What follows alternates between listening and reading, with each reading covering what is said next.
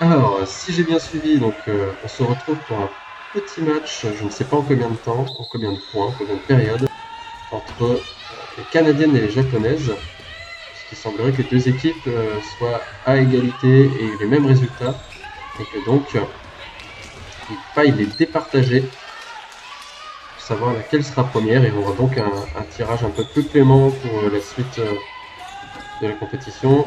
Oh, déplacement canadienne sur sur la rapprochée japonaise qui a tenté de s'extirper, de passer en dessous, mais qui a un petit peu gêné la frappeuse. Et donc c'est une défensive illégale. Alors, est-ce qu'on va assister juste à une prolongation en 5 points? En tout cas, pour l'instant, le Canada mène 1-0, amorce à 2 des japonaises. Petite passe, mais c'était bien vu de la part des...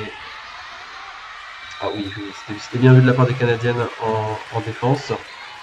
Elles ont voulu geler, sauf que ce qui marche contre les autres nations ne marche pas forcément contre le Japon. C'était un angle très compliqué, elles ont donc opté pour le faux frappeur. Mais voilà, les japonaises étaient non seulement très bien placées, et puis aussi et surtout, eh bien, cette balle était extérieure. Elles se sont directement vengées, hein, les Canadiennes. Ce déplacement, on l'a vu, a mis beaucoup en difficulté l'éloignée japonaise qui était au centre du terrain.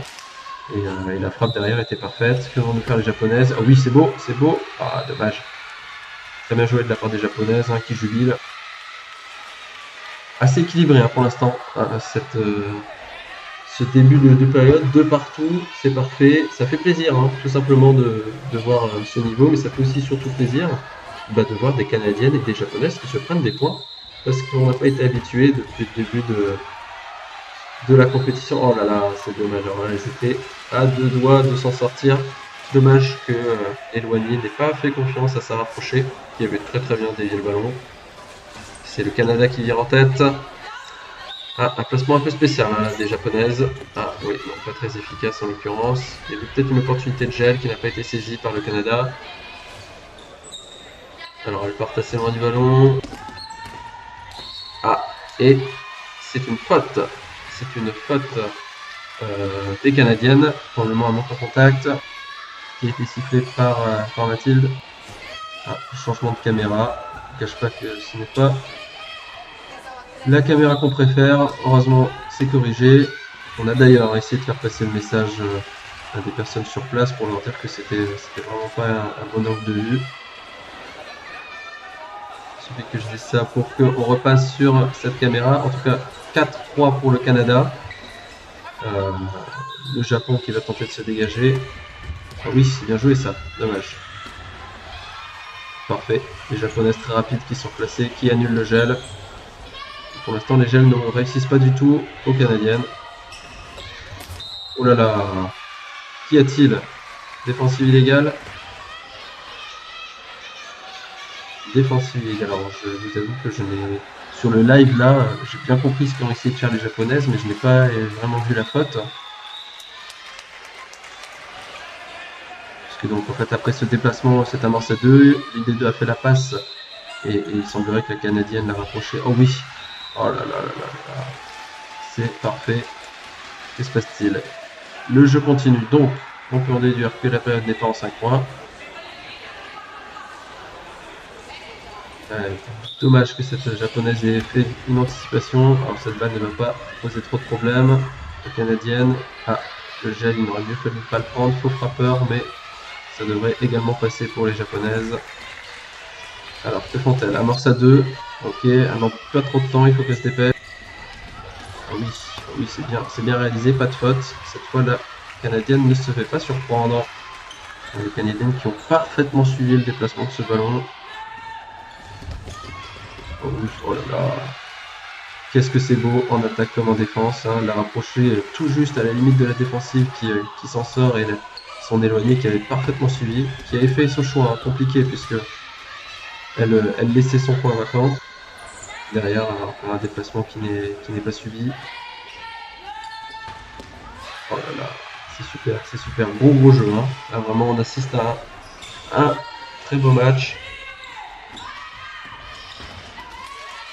Encore un nouveau déplacement qui emmène beaucoup plus loin la rapprochée. Et même si la frappe ne l'a pas trop mise en danger, eh bien, il y avait le risque que cette frappe sorte. Et les Canadiennes, les Japonaises qui sont très efficaces en défense avec leur rapproché, plutôt une bonne nouvelle pour elles. Ah oui, ah oui, oui, oui. C'est une bonne frappe, très belle frappe. Et là, du bout du pied, les deux Canadiennes s'en sortent. Ah, il y a un gros bloc, elles sont obligées de tourner. Voilà, voilà. La défense en nord-sud. Les Canadiennes qui avaient prévu le déplacement qui continuent dans le coin. La Japonaise donc n'a pas l'occasion de se reculer. Elle est obligée de s'écarter puisqu'elle était déjà en nord-sud. Et derrière, s'en éloigner, elle ne peut pas aller défendre dans ce coin. Canada qui prend un peu d'avance et qui va marquer un 7e point. 7-4 pour le Canada sur cette très belle feinte et ce faux frappeur. Allez, on espère pour notre plaisir, hein, pour que cela dure, que les Japonaises vont réussir à recoller un peu le score. Ah, c'est pas avec ce genre de frappe qu'elles y arriveront. Allez, allez, il faut la sauver celle-là. Ah, dommage. Dommage.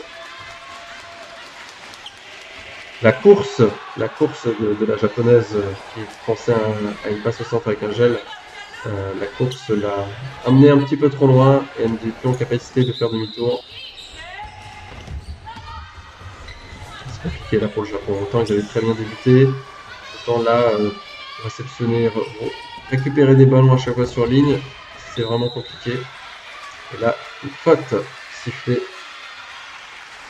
contre les Canadiennes. Les Japonaises étaient présentes en défense et l'auraient probablement récupéré in extremis. Mais en tout cas, ces déplacements vers les coins avec deux porteuses sont très efficaces côté canadienne. Et là, parfaite bras gauche. Parfaite bras gauche, nord-sud, près de la ligne, Renardia. Alors la rapprochée canadienne qui défend sur ligne, qui ne s'est pas laissée surprendre. Jeu d'enfant pour elle. Et les Canadiennes qui partent de très loin. Pas de rapproché, il semblerait, chez les Japonaises. Va-t-on geler? Ah, il y avait peut-être un gel là, parce que la défensive illégale n'était pas loin. Ah non, ah non, non, non.